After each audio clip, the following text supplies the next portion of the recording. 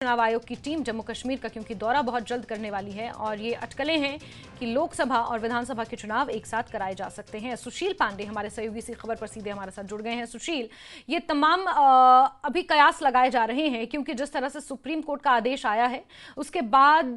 Supreme court के आदेश में कि 30 सितंबर 2024 से पहले विधानसभा के चुनाव भी जम्मू कश्मीर में कराए जाएं, तो संभावनाएं तलाशी जा रही हैं। क्या कुछ इसको लेकर जानकारियां, मंथन चिंतन चल रहा है केंद्रीय चुनाव आयोग में? चलिए सुशील से दोबारा संपर्क करने की कोशिश हम करेंगे, लेकिन इस बीच आपको बता दें कि चुनाव आयोग इसको लेकर मंथन कर रहा है और सुशील एक बार फिर से हमारे साथ जुड़ गए हैं। सुशील, ये संभावनाएं हैं और इसको लेकर विचार विमर्श हो रहा है कि क्या विधानसभा और लोकसभा के चुनाव जम्मू कश्मीर जैसे जगह पर एक साथ कराए जा सकते हैं। इसको लेकर बहुत जल्द चुनाव आयोग की टीम दौरा भी करने वाली है जम्मू कश्मीर का। क्या कुछ इसको लेकर जानकारियां सुशील? बिल्कुल, देखिए आप सही कह रही हैं कि केंद्रीय चुनाव आयोग की आज की जो बैठक है फिलहाल केंद्रीय चुनाव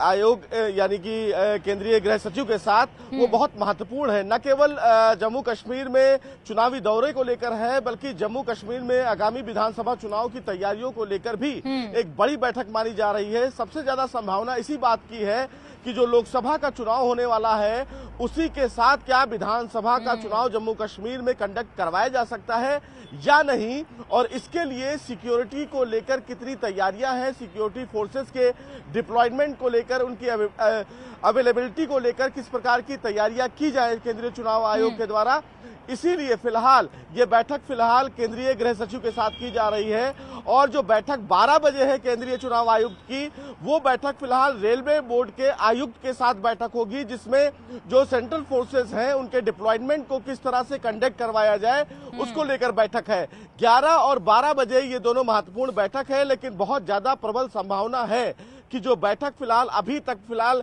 चल रही है केंद्रीय गृह सचिव के साथ, उस बैठक में जम्मू कश्मीर में चुनाव कराने की प्रक्रिया पर भी एक बड़ा चर्चा फिलहाल केंद्रीय चुनाव आयोग के द्वारा किया जा सकता है। ये माना जा रहा है कि केंद्रीय चुनाव आयोग 12 और 13 मार्च को जम्मू कश्मीर का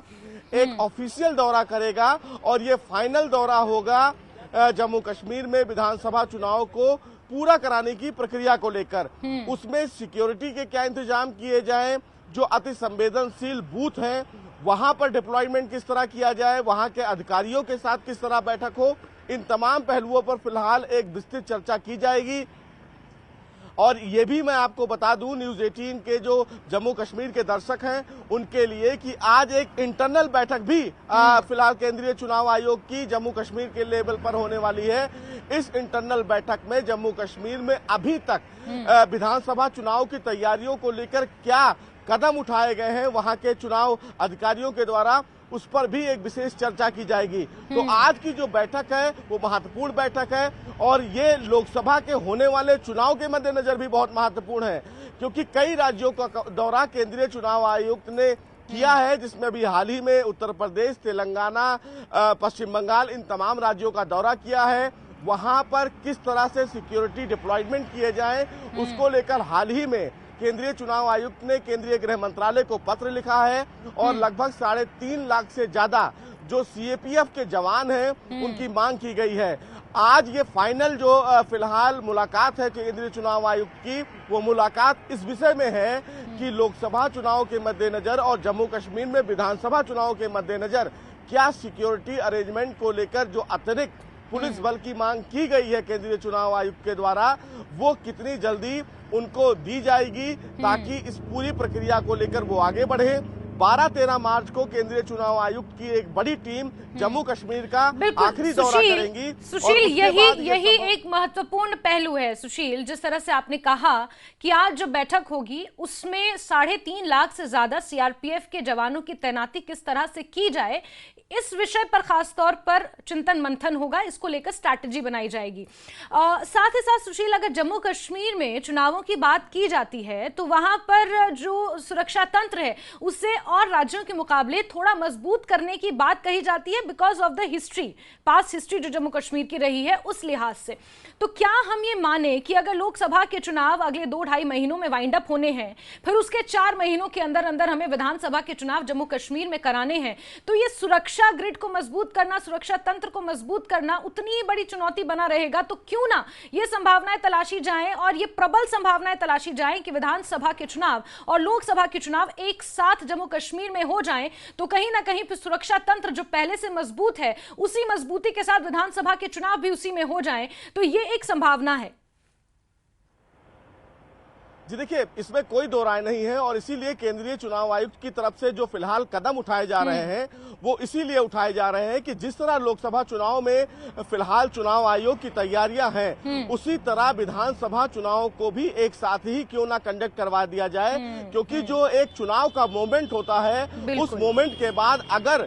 चूंकि सुप्रीम कोर्ट का आदेश भी है कि सितंबर से पहले वहां पर जम्मू कश्मीर में चुनाव करवाया जाए, तो ये चुनाव आयोग बहुत बेहतर समझता है कि सुरक्षा के मद्देनजर जम्मू कश्मीर की स्थिति और राज्यों के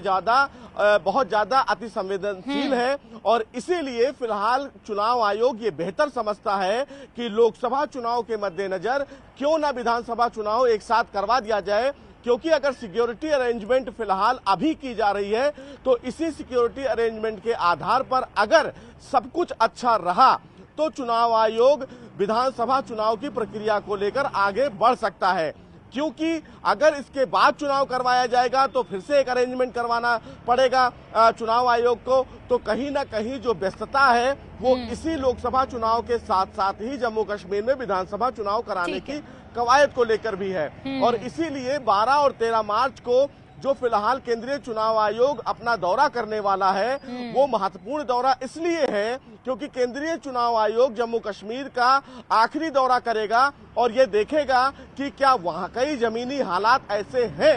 सुरक्षा के मद्देनजर कि वहां पर विधानसभा चुनाव